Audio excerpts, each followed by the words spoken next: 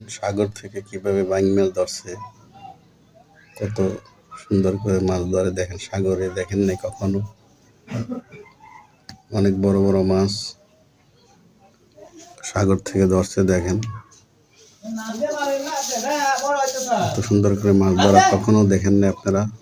দেখতে থাকেন আমার ভিডিওগুলো, সবসময় দেখবেন, অনেক সুন্দর সুন্দর দৃশ্য পাবেন, ভিডিও পাবেন।